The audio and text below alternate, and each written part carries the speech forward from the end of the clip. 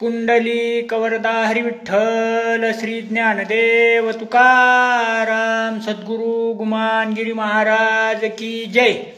अवधूत चिंतन श्री गुरुदेव दत्त बजरंग बली की जय।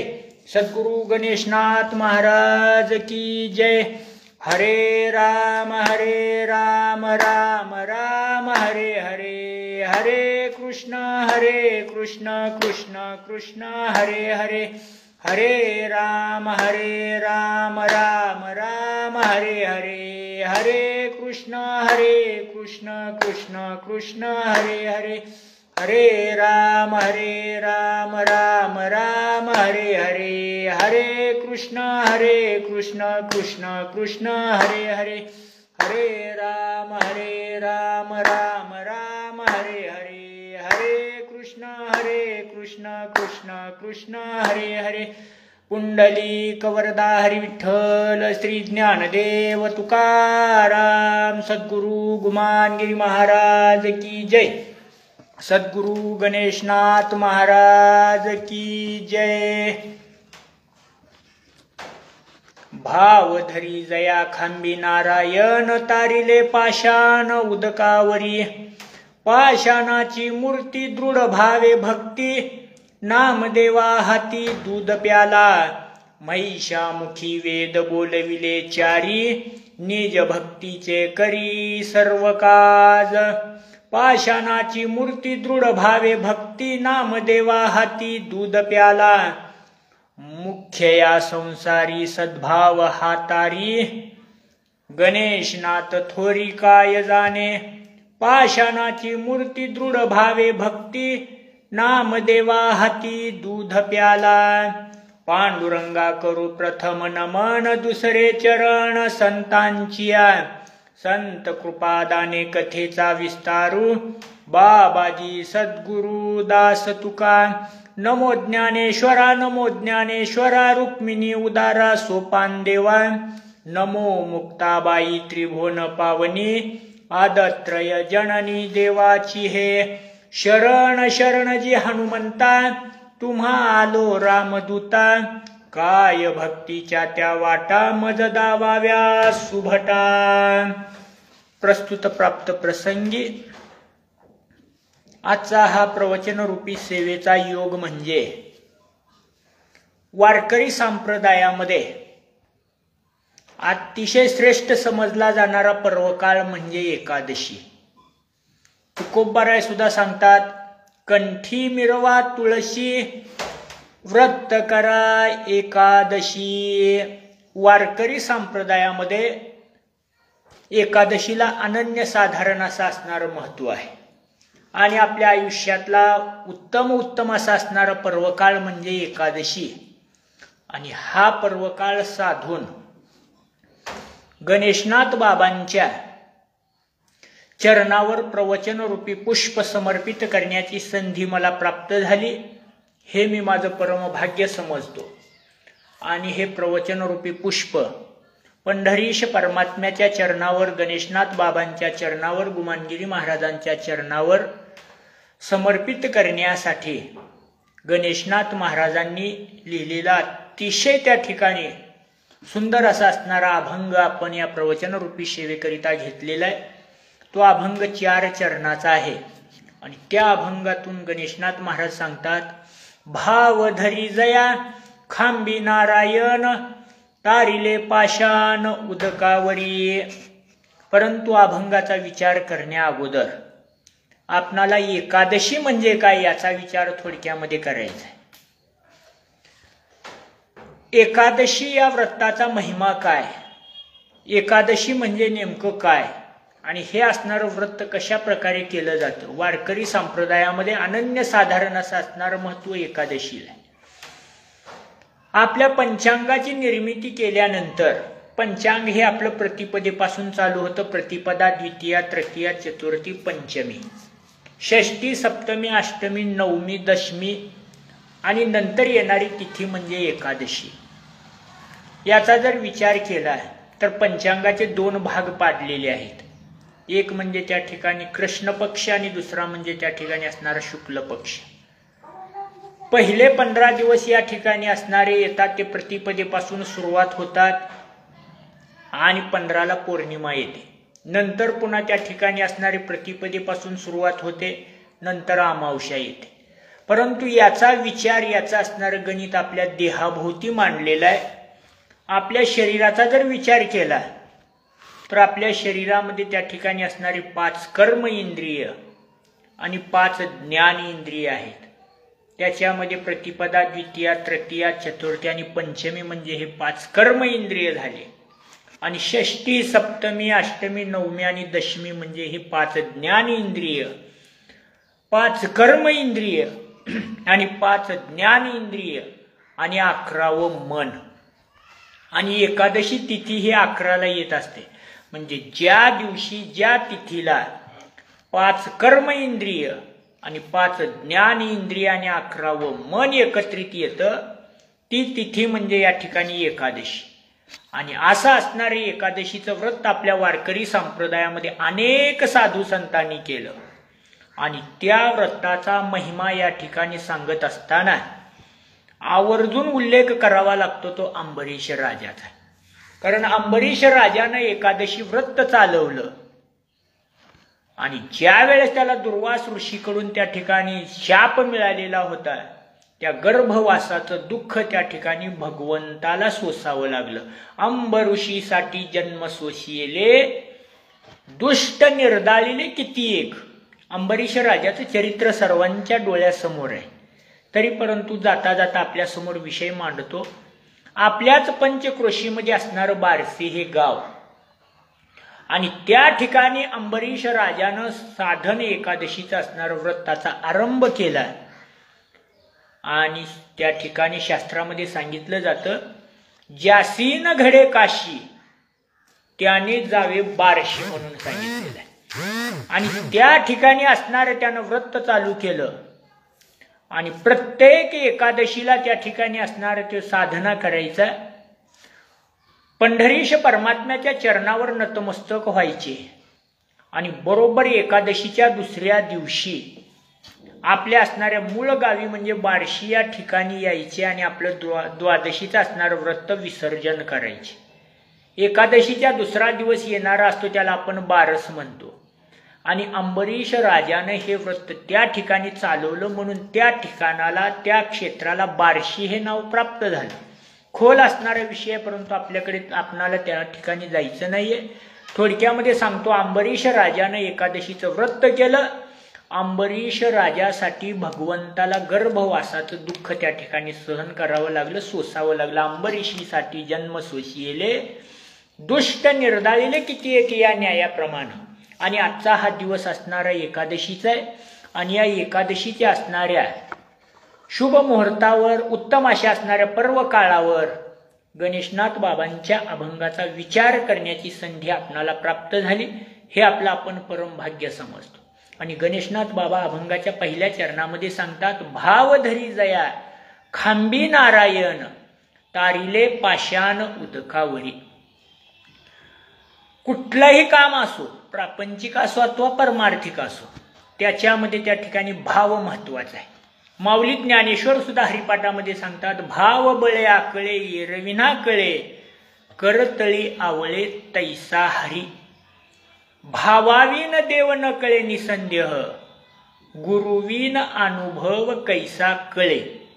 जर आपणाला या ठिकाणी भगवंत प्राप्ती करून घ्यायची असेल, देव प्राप्ती करून घ्यायची असेल, आलेल्या देहाचं सार्थक करून घ्यायचं असेल, तर सर्वात श्रेष्ठ आणि महत्वाचा आधारस्तंभ जर कोण असेल तर ते आपले गुरु आहेत. आणि म्हणून प्रत्येकाने त्या ठिकाणी आपल्या गुरुला शरण गेलं पाहिजे. गुरुच्या शब्दावर, गुरुच्या नामावर, गुरुच्या मंत्रावर विश्वास ठेवला पाहिजे. आणि मी आवर्जून त्या ठिकाणी असणारे एक उदाहरण सांगत असतो. गुरु आणि शिष्य यांचं नातं जर सांगायचं म्हटलं तर आपणाला त्या ठिकाणी असणारा विचार करावा लागतो तो गुरु शिष्याच्या चरित्राचा. गुरुशिवाय त्या ठिकाणी आपणाला मार्ग नाहीये. गुरुशिवाय या ठिकाणी असणारा आपणाला गत्यंतर नाहीये. म्हणून प्रत्येकानं गुरु केला पाहिजे. श्री गुरु सारखा असता पाठी राखा, इतरांचा लेखा कोण वाणे, आणि परमार्थ करत असताना परमार्थामध्ये भाव महत्वाचा आहे. कारण जनाबाई सुद्धा एके ठिकाणी सांगतात, भाव धरून या वाचे ज्ञानेश्वरी आणि कृपा करी हरी तयावरी. म्हणून परमार्थामध्ये भाव महत्वाचा आहे. आणि हा भाव ज्या वेळेस आपला निश्चित होतो, दृढ भाव असतो, त्यावेळेस भगवंत सुद्धा आपल्या भेटीसाठी येतो, आपणाला दर्शन देतो. असाच असणारा भाव राक्षस कुळामध्ये जन्माला आलेल्या भक्तांचा होता. आणि त्यानं दिलेलं वचन पूर्ण करण्यासाठी भगवंताला त्या ठिकाणी वाळलेल्या निर्जीव खांबामध्ये सुद्धा प्रगट व्हावं लागलं. याचाच असणारा विचार गणेशनाथ महाराज या अभंगाच्या पहिल्या चरणामध्ये मांडतात. राक्षस कुळामध्ये जन्म झाला, परंतु भगवंताच्या नामाची ओढ लागली. नारायण नारायण नारायण नामाचा मंत्र चालू केला. परंतु ज्या कुळामध्ये प्रल्हाद जन्माला आलेले होते त्याचेच असणारे पिता मात्र या ठिकाणी भगवंत नामाच्या विरोधामध्ये होते. ते प्रत्येकाला सांगत होते, या ब्रह्मांडाचा, या मृत्यू लोकाचा देव असणारा मीच आहे.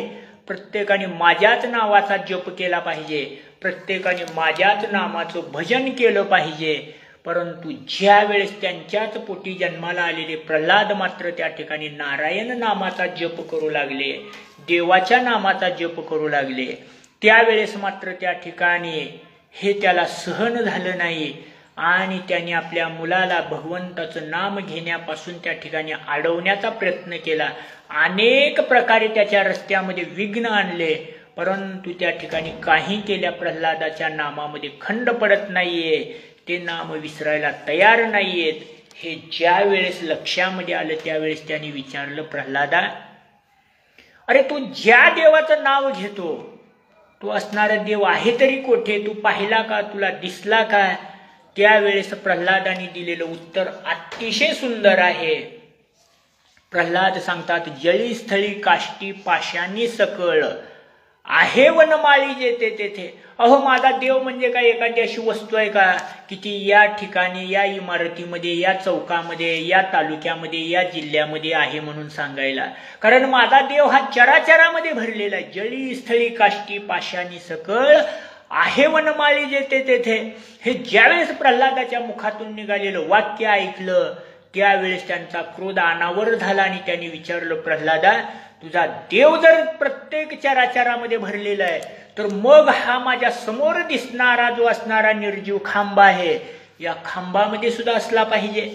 त्यावेळेस त्या ठिकाणी असणाऱ्या प्रल्हादाने सांगितलं, हो बाबा, म्हणले, माझा देव या खांबामध्ये सुद्धा. हे तुकोबाराय त्याचं वर्णन करतात. खांबावरी लाथ मारिली दुर्जने, खांबी नारायण प्रगटले. आणि ज्या वेळेस खांबावर लाथ मारली, लत्ता प्रहार केला, त्यावेळेस कडकड कडासा असणारा ध्वनी प्रगट झाला. त्या निर्जीव खांबाचे 2 तुकडे झाले आणि आपल्या भक्तानं दिलेलं वचन पूर्ण करण्यासाठी त्या खांबातून भगवंताला प्रगट व्हावं लागले. याचं कारण जर काय असेल तर मुख्य म्हणजे त्या ठिकाणी असणारा भाव आहे. कारण आपला भाव तसा असला पाहिजे. प्रल्हादाचा हा भाव निश्चित होता, म्हणून त्यानं दिलेलं वचन पूर्ण करण्यासाठी भगवंताला त्या वाळलेल्या खांबातून सुद्धा प्रगट व्हावं लागलं. गणेशनाथ बाबा पुढे सांगतात, तारिले पाषाण उदकावरी.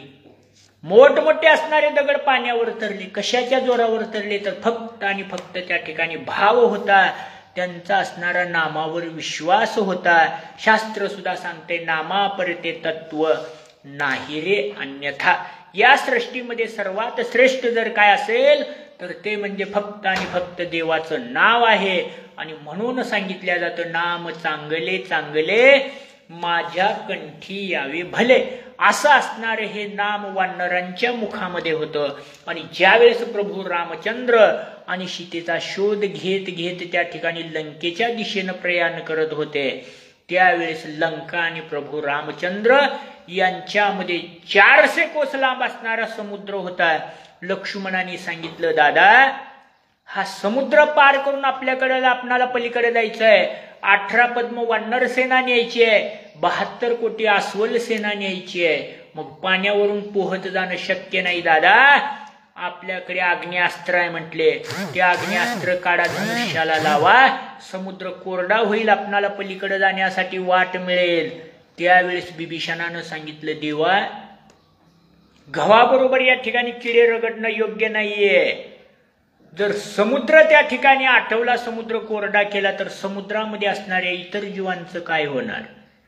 एक वेळेस त्या ठिकाणी काय करा म्हणले, समुद्राची प्रार्थना करा, समुद्राला विनंती करा, नक्कीच समुद्र आपणाला पलीकडे जाण्याचा मार्ग दाखवेल. प्रभू रामाच्या पुढे धर्म संकट उभं राहिलं. प्रभू रामचंद्र विचार करू लागले, आपण आता द्विधावस्थेमध्ये सापडलेलो आहे. कारण आपण जर लक्ष्मणाचं ऐकलं तर बिभीषणाचा अंतकरण दुखावल्या जाईल. कारण बिभीषण विचार करील, मी देवाला शरण आलेलो आहे, देवाचा शरणांगत आहे, मला त्याने अभय दिलेला आहे, विश्वास दिलेला आहे, परंतु काही जरी झालं तर मी शत्रूचा भाऊ असल्यामुळं देव माझ्यावर विश्वास ठेवणार नाहीयेत. त्याने आपल्या सख्या भावाचं ऐकलं म्हणून बिभीषणाचं अंतकरण दुखावलं जाईल. आणि बिभीषणाचं जर ऐकलं तर लक्ष्मणाचं अंतकरण दुखावलं जाईल. कारण लक्ष्मण विचार करेल की खरोखर अरे मी माझ्या दादासाठी, मी माझ्या देवासाठी, मी माझी असणारी पत्नी सोडली, आई सोडली, माता पिता सर्वांचा त्याग केला, अयोध्येच्या राजगादीचा त्याग केला, ऊन वारा थंडी पाऊस काटे याचा विचार न करता मी माझ्या दादाची सेवा करण्यासाठी असणाऱ्या अरण्यामध्ये याच्या बरोबर आलो. आणि काल येऊन मिळालेला राक्षस तोही असणारा शत्रूचा भाऊ आहे आणि त्याच्यावर विश्वास ठेवला, त्याचा ऐकलं असं लक्ष्मणाला वाटेल आणि लक्ष्मणाचं अंतकरण दुखावलं जाईल. म्हणून त्या ठिकाणी प्रभू रामचंद्राने विचार केला, म्हणजे दोघही थांबा, म्हणजे दोघांच्याही मार्गाने आपण विचार करू. अगोदर बिभीषणाचं ऐकलं, समुद्राची विनंती केली, 3 दिवस 3 रात्र समुद्राची प्रार्थना केली, परंतु समुद्र भेट द्यायला तयार नाहीये.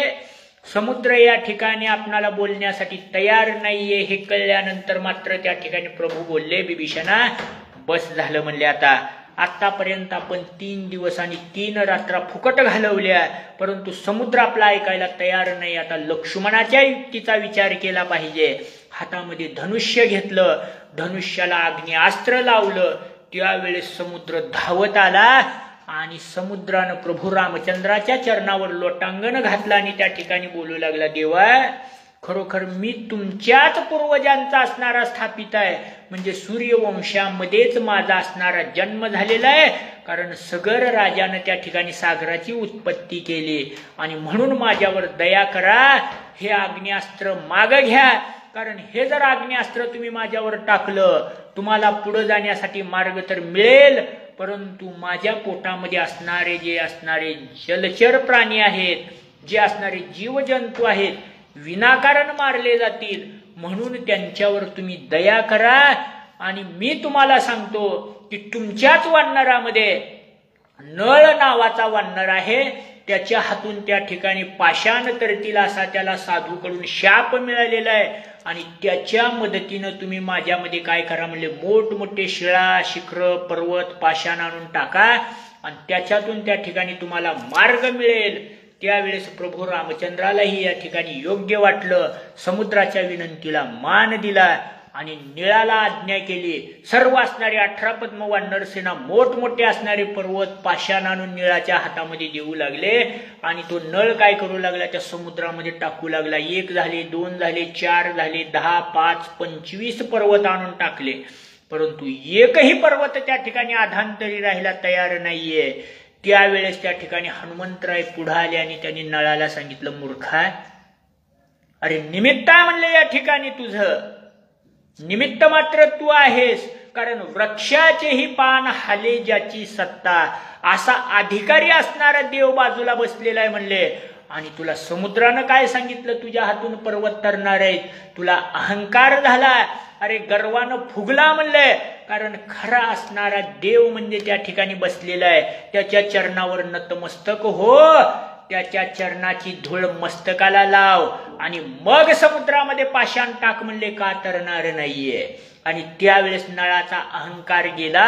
नळानं आपला असणारा भाव प्रभूच्या चरणावर ठेवला, नतमस्तक झाला, चरणाची धूळ आपल्या मस्तकाला लावली आणि मग वानरांच्या हातून आलेला पर्वत घेतला आणि समुद्रामध्ये टाकला. पर्वत पाण्यावर आधांतरी तरू लागला. परंतु परिणाम असा झाला, पाण्याच्या लाटामुळे ते पर्वत स्थिर राहत नव्हते. इथं टाकलेला पर्वत तिकडल्या बाजूला वाहत जाऊ लागला. मग मात्र त्या ठिकाणी चिंता पडली. अरे म्हणले, आपण किती जरी पर्वत समुद्रावर टाकले आणि असे जर या लाटेच्या तरंगामध्ये वाहू लागले तर आपणाला रस्ता कसा मिळणार. त्यावेळेस हनुमंतराय पुढे आले आणि हनुमंतरायाने सांगितलं, नळा, जर आपणाला रस्ताच तयार करायचा असेल, जर आपणाला त्या ठिकाणी घराचं बांधकाम करायचं असेल तर नुसत्या विटावर विटा रचून चालणार नाहीये, पर्वतावर पर्वत रचून चालणार नाहीये. त्या विटांना जोडण्यासाठी आणि पर्वताला जोडण्यासाठी त्याला त्या ठिकाणी सिमेंटाचा उपयोग करावा लागणार आहे. कारण सिमेंट घातल्याशिवाय घराचं बांधकाम हे पक्क होत नाहीये. त्या न्यायाप्रमाणे 2 पर्वताला जोडण्यासाठी आपल्याला सिमेंट वापरायचं आहे. परंतु ते सिमेंट म्हणजे रामनामाचं सिमेंट वापरायचंय म्हटले. एका पर्वतावर रा लिहायचं, दुसऱ्या पर्वतावर म लिहायचं आणि 2 पर्वत समोरासमोर आणून जोडवले की अखंड रामनाम तयार होतं म्हणले. आणि ज्या वेळेस हे रामनामाची जुडणी होईल त्यावेळेस ब्रह्मांडातली कुठलीच शक्ती पर्वताला हलवू शकणार नाही. हनुमंतरायाच्या शब्दावर विश्वास ठेवला आणि मग या वानर मंडळींनी एका पर्वतावर रा लिहायचं, दुसऱ्या पर्वतावर म लिहायचं, एका दगडावर रा लिहायचं, दुसऱ्या दगडावर म लिहायचं आणि हे राम असं समोरासमोर जोडवलं की त्या दोघांमध्ये अशी घट्ट असणारी फिटिंग व्हायची. जो त्रेतायुगामध्ये तयार केलेला सेतू रामेश्वरच्या ठिकाणी आजही आपणाला पाहायला मिळतो. हे कशाचं द्योतक आहे तर हे फक्त आणि फक्त भावाचं, हे फक्त आणि फक्त भक्तीचं, फक्त आणि फक्त त्या ठिकाणी नामाचं आहे. म्हणून गणेशनाथ बाबा सांगतात, भाव धरी जया खांबी नारायण, तारिले पाषाण उदकावरी. प्रल्हादानं देवाच्या नावावर भाव ठेवला, देवाला खांबातून प्रगट व्हावं लागलं. वानर मंडळींनी रामनामावर भाव ठेवला, रामनामावर विश्वास ठेवला. मोठमोठे असणारे पर्वत पाषाण सुद्धा त्या ठिकाणी पाण्यावर तरले. आणि त्याच्या पुढे गणेशनाथ बाबा सांगतात, पाषाणाची मूर्ती दृढ भावे भक्ती, नामदेवा हाती दूध प्याला. त्या चरणाचा विचार करत असताना भगवंताची पंढरीश परमात्म्याची मूर्ती ही तुम्हा आम्हाला पाषाणाची दिसते, परंतु त्या ठिकाणी नामदेव महाराजांच्या हातून त्याच मूर्तीतून देवाला प्रगट व्हावं लागलं आणि त्या ठिकाणी दूध प्यावं लागलं. कारण एका शिंप्याच्या कुळामध्ये जन्माला आलेले नामदेव महाराज दररोज भगवंताला नैवेद्य दाखवण्याचे काम ही दामाशेती करत होते. परंतु काही कामानिमित्त त्यांना गावी जावं लागलं आणि एके दिवशी देवाला नैवेद्य दाखवण्याची वेळ नामदेवावर आली, नामदेव महाराजावर आली.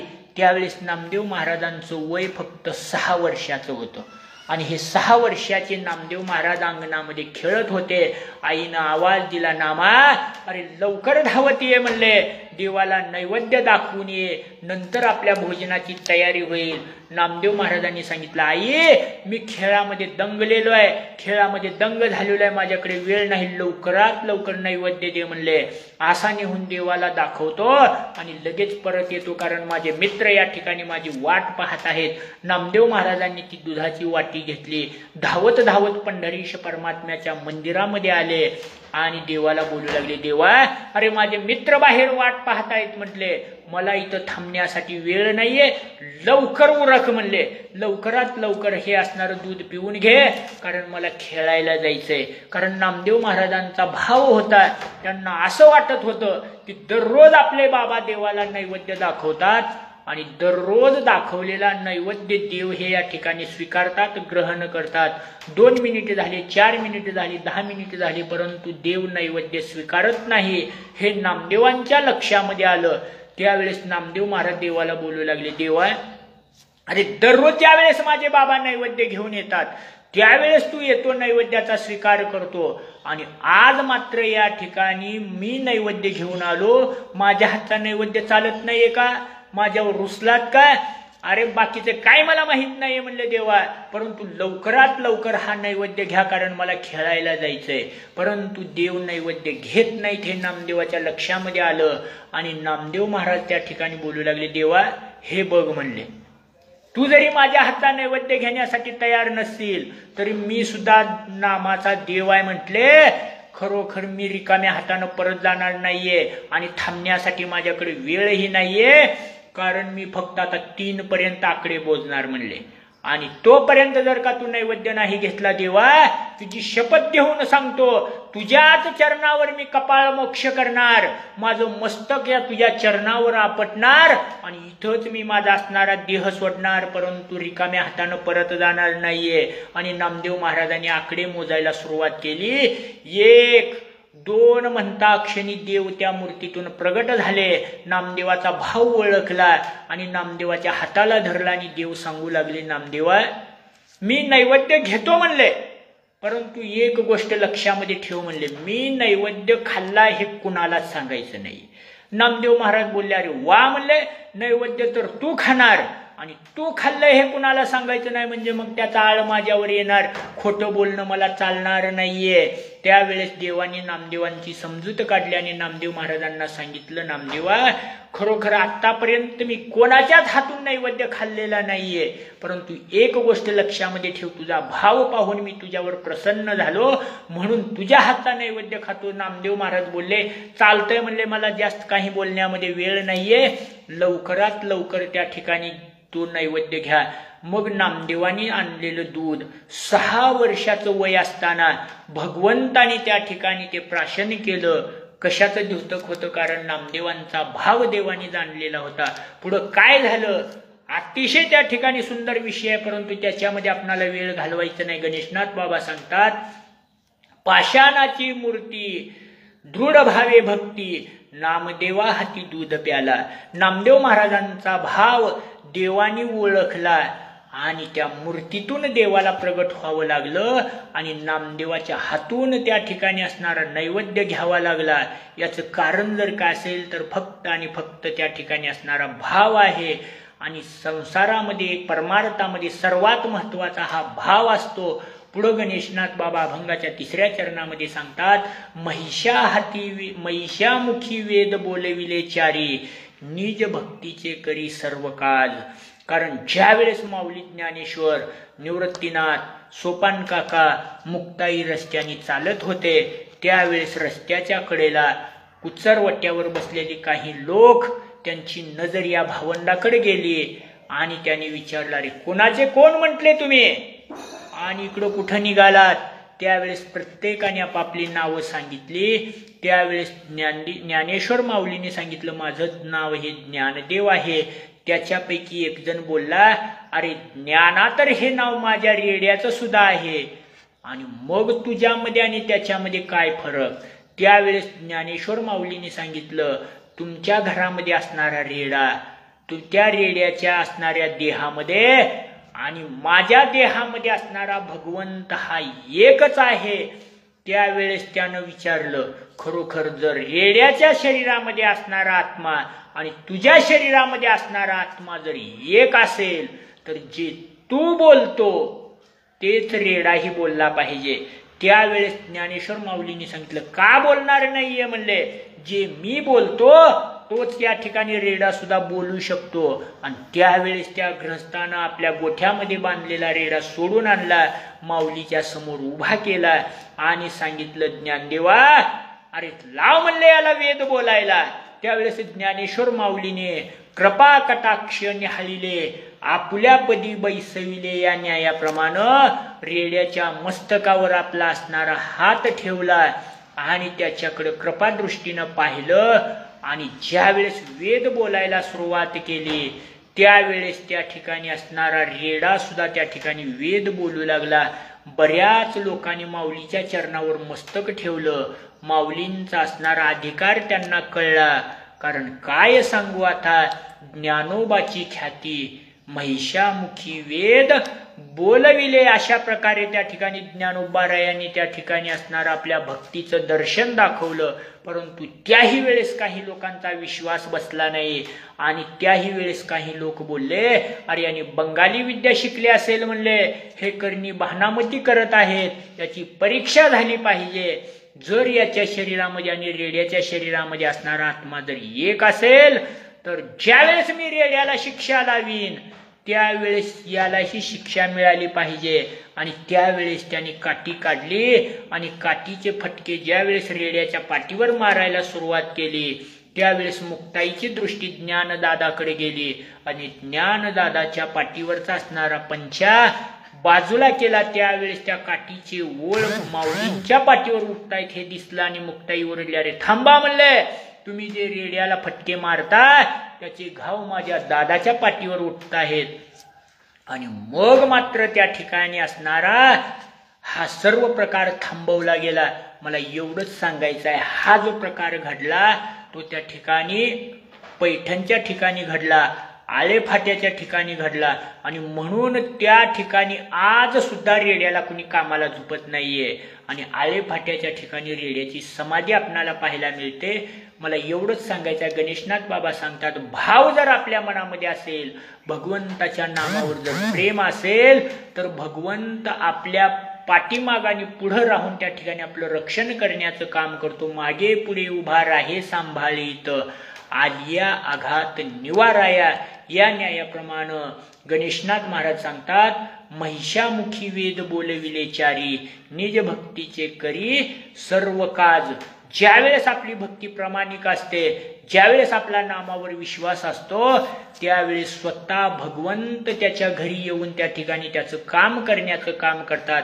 याचा जर विचार मांडायचा म्हटलं तर आपल्याच पंचक्रोशीमध्ये असणारे काकांच्या भाव पाहून, काकाचं प्रेम पाहून, काकाची भक्ती पाहून भगवंताला त्या ठिकाणी वेषांतर करावं लागलं, देह पालटावा लागला आणि काकांच्या घरामध्ये येऊन त्या ठिकाणी मडके घडवावे लागले. हे कशाचं प्रतीक आहे तर हा फक्त आणि फक्त भावाचा महिमा, प्रेमाचा महिमा आणि भक्तीचा महिमा आहे. ज्या वेळेस काकांचे हात तुटले त्यावेळेस काकांचा प्रपंच थांबला हे देवांच्या लक्षामध्ये आलं. त्यावेळेस देवांनी आपल्या असणाऱ्या अर्धांगीला सांगितलं की खरोखर आपणाला या ठिकाणी तेर या ठिकाणी जायचं आहे. त्यावेळेस भगवंतानी कुंभाराचं रूप धारण केलं, आईसाहेबांना कुंभारणीचं रूप घ्यायला लावलं, गरुडाला गाढवाचं रूप घ्यायला लावलं आणि तिघांनीही त्या ठिकाणी रूप पालटलं. आणि तेर या गावी येऊन काकाच्या घरामध्ये स्वतः भगवंताला चिखल तुडवावा लागला. रुक्मिणी आई साहेबाला त्या ठिकाणी पाणी आणावं लागलं आणि काकांचा प्रपंच चालवण्यासाठी त्यांना मडके घडवावे लागले आणि ते मडके बाजारामध्ये विकून 4 पैसे आणून काकांचा प्रपंच चालवावा लागला. आणि म्हणून सांगितलं जातं, विठ्ठला तू वेडा कुंभार, कुणामुखी पडते लोणी, कुणामुखी अंगार, विठ्ठला तू वेडा कुंभार.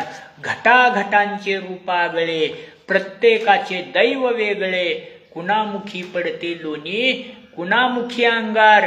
या न्यायाप्रमाणे त्या ठिकाणी असणारे भगवंतानं घडवलेली जी मडके आहेत ती तुम्हाला मातीचे वाटत असतील, परंतु याच्या पलीकडे जाऊन मी सांगतो, या मृत्यू लोकामध्ये तुम्ही आम्ही जन्माला आलेले जे जीव आहोत, जे मानव आहोत, हेच या ठिकाणी भगवंतानं घडवलेले मडके आहेत. लक्ष देऊ नये का? आणि म्हणून अभंगामध्ये म्हटलं जातं, विठ्ठला तू वेडा कुंभार. कारण भगवंताची लीला पहा, भगवंताचं ज्ञान पहा, भगवंताचा अधिकार पहा. या ब्रह्मांडामध्ये एवढे मानव तयार केले, परंतु एक दुसऱ्यासारखा दिसतो का हो? अहो, एक दुसऱ्यासारखा जर दिसला असता तर 1 तास सुद्धा या सृष्टीचं चक्र चाललं नसतं. कारण कुणाच्याही ठिकाणी कुणीही जाऊन बसला असता. विषय दिसण्याचा द्या सोडून, आता कुठलंही काम करायचं म्हटलं का अंगठा लावल्याशिवाय काम होत नाही. या मृत्यू लोकामध्ये एवढे मानव जन्माला आले, एकाचा अंगठा दुसऱ्याला जुळतो काय? अजिबात जुळत नाही. हे असणारी त्या भगवंताची लीला आहे. म्हणून भगवंताला त्या ठिकाणी वेडा कुंभार म्हटल्या जातं. आणि म्हणून त्या ठिकाणी गणेशनाथ महाराज सांगतात, निज भक्तीचे करी सर्व काज. आपला भाव जर शुद्ध असेल, आपली भक्ती जर शुद्ध असेल, भगवंत स्वतः या ठिकाणी आपल्या घरामध्ये येऊन न सांगता करी सर्व काम. या न्यायाप्रमाणे नाथबाबांची भक्ती शुद्ध होती, श्रीखंड्याच्या रूपानं पाणी भरलं. आपल्या काकांची भक्ती शुद्ध होती, कुंभाराच्या रूपाने येऊन मडके घडवण्याचं काम केलं. अर्जुनाची भक्ती शुद्ध होती, त्या ठिकाणी रथ चालवण्याचं काम केलं. ज्या वेळेस त्या ठिकाणी आपल्या भक्तावर संकट येतं त्यावेळेस भगवंत त्या ठिकाणी धावून येतो. प्रल्हादाची भक्ती शुद्ध होती, वाळलेल्या खांबातून प्रगट व्हावं लागलं. द्रौपदीचा भाव शुद्ध होता, भगवंताला पर्वता एवढे त्या ठिकाणी वस्त्र पुरवावे लागले. आणि म्हणून शेवटी गणेशनाथ बाबा सांगतात, मुख्य या संसारी सद्भाव हा तारी, गणेशनाथ थोरी काय जाणे. या न्यायाप्रमाणे गणेशनाथ महाराज सांगतात, या संसारामध्ये जन्माला आल्यानंतर या ब्रह्मांडामध्ये या मृत्यू लोकामध्ये सर्वात मुख्य जर काय असेल तो म्हणजे या ठिकाणी आपला असणारा भाव आहे. आणि म्हणून या ठिकाणी प्रत्येकाने आपला भगवंताच्या नामावर भाव ठेवला पाहिजे, नामाचा जप केला पाहिजे, नामाचा या ठिकाणी विचार केला पाहिजे. आणि हे नाम प्रत्येकाने जपलं पाहिजे, कारण ज्यांनी ज्यांनी या नामाचा जप केला त्यांची कीर्ती त्रैलोक्यामध्ये अमर झाली. सर्वांच्या परिचयाचा असणारा दृष्टांत म्हणजे वाटमारीचा धंदा करून आपलं प्रपंच चालवणारे वाल्या कोळी सर्वांना माहीत आहे. त्याला अगोदर त्या ठिकाणी वाल्ला म्हणून ओळखलं जायचं. रस्त्यामध्ये वाटमारीचा धंदा करायचा, येणाऱ्या जाणाऱ्याला अडवायचं, त्याच्यापाशी असणारी धनसंपत्ती लुबाडून घ्यायची आणि जिवंत सोडलं तर तो पुढे जाऊन माहिती देईल म्हणून त्याची हत्या करायची आणि त्याला टाकून द्यायचं. असं करता करता ज्या दिवशी त्याच्याकडून शुद्ध अशा असणाऱ्या ब्राह्मणाची किंवा एखाद्या पंडिताची विद्वानाची हत्या होईल त्या दिवशी एक मोहरी एवढा खडा उचलायचा आणि रांजणामध्ये टाकायचा. असं करता करता त्यानं 7 रांजणं भरलं होतं असं या ठिकाणी पुराणामध्ये आपल्याला पाहायला मिळतंय. परंतु ज्या वेळेस त्याला भेट कुणाची झाली तर या सृष्टीमध्ये सर्वांच्या परिचयाचे असणारे साधू, सर्वांच्या परिचयाचे असणारे संत, सर्वांच्या परिचयाचे असणारे ऋषी म्हणजे त्या ठिकाणी नारद मुनीची भेट झाली. आणि त्यावेळेस नारद मुनीला अडवण्याचं काम या वाल्ला कोळ्यानं केलं. आणि त्यावेळेस नारद मुनीने विचारलं, बाबा अरे हे जे तू करतोय हे पाप आहे म्हटले. त्यावेळेस वाल्ला बोलला, पाप आणि पुण्य याचा मी विचार करत नाहीये, मी माझा प्रपंच चालवण्यासाठी हा धंदा निवडलेला आहे. त्यावेळेस त्या ठिकाणी नारद मुनी बोलले, अरे बाबा हे जे तू पाप कर्म करतो कुणासाठी करतो? स्वतःच्या मुलीसाठी करतो, स्वतःच्या मुलासाठी करतो, आईसाठी करतो, वडिलासाठी करतो. परंतु एक विचार कर म्हणले, हे जे घडणारं पाप आहे ज्यांच्यासाठी तू पाप करतो ते या पापाची भागीदारी होतील का? त्यावेळेस त्यानं सांगितलं, का होणार नाहीयेत म्हणले. जर ते मी मिळवलेलं धान्य खात असतील तर या पापाची भागीदारी त्या ठिकाणी होणार. त्यावेळेस नारद मुनीने सांगितलं, बाबा माझ्या शब्दावर विश्वास ठेव, खोटं वाटत असेल तर मला या झाडाला बांधून ठेव आणि धावत जाऊन तू घरच्यांना जाऊन विचार. त्यावेळेस वाल्ला कोळ्याला सुद्धा मुनींचं बोलणं योग्य वाटलं. नारद मुनीला त्यानं बांधून ठेवलं, धावत गेला आणि त्यानं पत्नीला विचारलं, आतापर्यंत जे मी तुला अन्नधान्य आणून दिलेलं आहे, तुझा सांभाळ केलेला आहे, हे पाप कर्मातून मिळालेलं धान्य आहे, या पापाचा वाटेकरी होणार की नाहीये? त्यावेळेस तिनं सांगितलं, हे पहा धनी म्हटले, अग्निदेवतेला साक्षी मानून आपण या ठिकाणी 7 फेरे घेतलेले आहेत आणि वैवाहिक जीवनामध्ये आपण या ठिकाणी अडकलेलो आहोत. त्यावेळेस तुम्ही अग्निदेवतेला साक्षी मानून वचन दिलेलं आहे की तुझ्या प्रत्येक सुखदुःखामध्ये मी सहभागी असेन आणि तुझा सांभाळ करण्याची जबाबदारी माझी. मग हे जर तुम्ही वचन दिलं असेल तर तुम्ही मिळवलेलं धान्य पापाचं आहे की पुण्याचं आहे, धर्माचं आहे की अधर्माचं आहे, याच्याशी माझा काहीही संबंध नाहीये. त्या पापाचा अधिकारी, त्या पापाचा भागीदारी मी होऊ शकणार नाहीये. तेच उत्तर मुलाकडून ऐकायला मिळालं, तेच उत्तर मातेकडून ऐकायला मिळालं, तेच उत्तर पित्याकडून ऐकायला मिळालं. तो वाल्ला धावत आला आणि त्यानं नारद मुनीचे पाय धरले आणि त्यावेळेस नारद मुनीला बोलू लागला, ऋषी महाराज माझ्यावर दया करा, तुम्ही माझे डोळे उघडले म्हणले, तुम्ही जे बोललात तेच सत्य आहे, कारण कुणीच माझ्या पापाचा भागीदारी होण्यासाठी तयार नाहीये. त्यावेळेस नारद मुनींनी सांगितलं, बाबा आतापर्यंत जे झालं याचा विचार करू नको. तुकोबाराय सुद्धा सांगतात, मागे झाले ते पाहू नका, पुढे जामीन आहे तुका या न्यायाप्रमाणे. आतापर्यंत तू काय केलं याचा विचार करू नकोस, परंतु तुझ्या आयुष्यामध्ये तुला सुधारण्याची संधी मिळालेली आहे.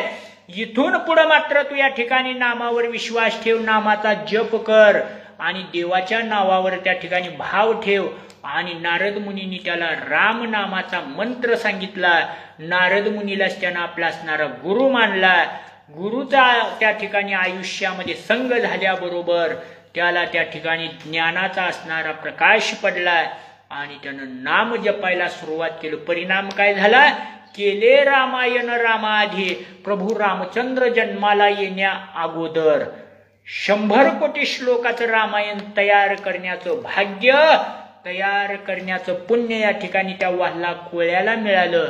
आणि म्हणून त्या ठिकाणी सांगितलं जातं की भावे विन देव न कळे निसंदेह आणि गुरुविन अनुभव कैसा कळे. त्या न्यायाप्रमाणे नाथ बाबा सुद्धा सांगतात, अर्धा क्षण घडता संतांची संगती, तेने होय शांती महत पापा.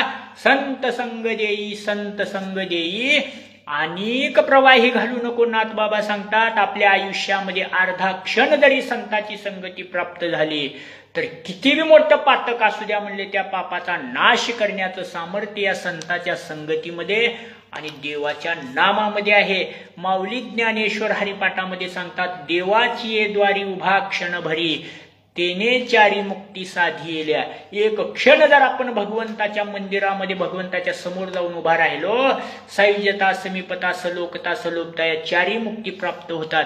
परंतु नाथ बाबा सांगतात एक क्षण सुद्धा भरपूर झाला, अर्धा क्षण घडता संतांची संगती, तेने होय शांती महत पापा. म्हणून आपल्या जीवनामध्ये संत संगतीला अनन्यसाधारण असं असणारं महत्व आहे. म्हणून नाथ बाबा सांगतात संत संग देई, संत संग देई. अनेक प्रवाही घालू नको. आणि म्हणून गणेशनाथ महाराज शेवटी सांगतात, गणेशनाथ म्हणे थोरी काय जाणे. आणि म्हणून या ठिकाणी मुख्य या संसारी सद्भाव हातारी, गणेशनाथ थोरी काय जाणे. म्हणून आपणाला या संसारातून तरुण जायचं असेल, जन्म मरणाच्या फेऱ्यातून मुक्त व्हायचं असेल तर भाव महत्वाचा आहे. आणि हा असणारा सद्भाव भगवंताच्या चरणावर, संताच्या चरणावर असला पाहिजे. कारण ज्या वेळेस तुकोबारायांना विचारलं, तुकोबा प्रत्येक जण आपला कुणावर ना कुणावर तरी विश्वास ठेवत असतो म्हणले, कारण ते कार्य परमार्थिक असो अथवा प्रापंचिक असो, विश्वासाशिवाय चालत नाही म्हणले. कारण मालकाचा गड्यावर विश्वास असल्याशिवाय व्यवहार चालत नाहीये. पतीचा पत्नीवर विश्वास असल्याशिवाय परमार्थ चालत नाहीये. पत्नीचा पतीवर विश्वास असल्याशिवाय चालत नाहीये. मुलाचा पित्यावर, पित्याचा मुलावर विश्वास असल्याशिवाय चालत नाही. जर प्रापंचिक गाडा चालण्यासाठी जर विश्वास महत्वाचा असेल तर मग पारमार्थिक गाडा पुढे नेण्यासाठी विश्वास लागणार नाहीये का? मग तुमचा विश्वास कोणावर आहे? त्यावेळेस तुकोबारायांनी जगाला ओरडून सांगितलं, संतांची पायी हा माझा विश्वास, सर्व भावे दास झालो त्यांचा, तेच माझे हित करीती सकळ, जेने हा गोपाळ कृपा करी. आणि म्हणून त्याने सांगितलं की या ब्रह्मांडामध्ये, या सृष्टीमध्ये, या संसारामध्ये जन्माला आल्यानंतर सर्वांनी आपला असणारा भाव हा देवावर ठेवला पाहिजे आणि विश्वास हा संतावर ठेवला पाहिजे. आणि म्हणून आपणाला थोर असे असणारे लाभलेले संत म्हणजे या ठिकाणी गणेशनाथ महाराज. त्यांच्या चरणस्पर्शानं, त्यांच्या पदस्पर्शानं पुनीत आणि पावन झालेली ही माती, काकांच्या पदस्पर्शानं पुनीत आणि पावन होऊन संत गतीनं वाहत असणारी ही तेरणा मैया, तिच्या तीरावर त्यांच्या पदस्पर्शानं पावन असणाऱ्या मातीमध्ये आपण जन्माला आलो, हे आपलं परम भाग्य आहे. आणि म्हणून एकादशी सारख्या या उत्तम अशा असणाऱ्या पर्व काळामध्ये त्यांनी तयार केलेल्या अभंगाचं चिंतन करण्याची आणि त्याच्यावर थोडासा विचार मांडण्याची संधी आपल्यासारख्यांना प्राप्त होणं हे आपलं परम भाग्य आहे. आणि म्हणून झालेली ही सेवा पंढरीश परमात्म्याच्या, तुम्हा सर्व श्रोते मायबापांच्या आणि गुमानगिरी बाबांच्या, गणेशनाथ बाबांच्या, गोरोबा काकांच्या चरणावर समर्पित करतो आणि या ठिकाणी सेवेला पूर्ण विराम देतो. पुंडलिक वरदा हरी विठ्ठल श्री ज्ञानदेव तुकाराम सद्गुरु गुमानगिरी महाराज की जय. गणेशनाथ महाराज की जय. विठ्ठल विठ्ठल विठ्ठल विठ्ठल.